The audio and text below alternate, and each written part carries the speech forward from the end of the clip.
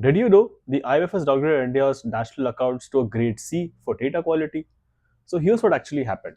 In its 2025 review, the IMF looked at the quality of India's economic data, not the economy itself, and gave the GDP numbers a C, basically saying the data has issues that make it harder to understand what's really going on.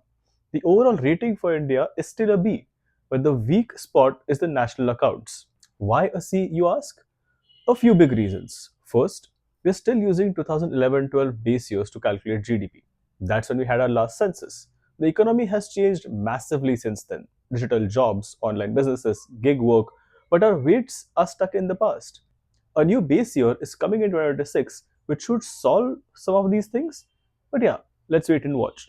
Second, the GDP mismatch. When you calculate GDP from the production and from spending, the numbers should line up. In India, they often don't. And sometimes that gap, the discrepancy, has made up to 20 to 50% of our reported growth. That is not normal.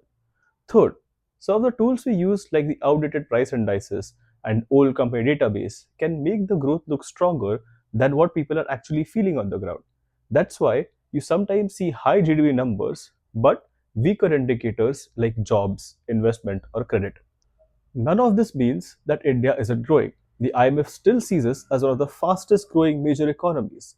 It just means that a picture isn't as clear as it should be, and better data would lead to better decisions. So the takeaway is simple. The economy isn't getting a C, the data is. And fixing that matters because policies, budgets, and people's lives depend on the accuracy of those numbers.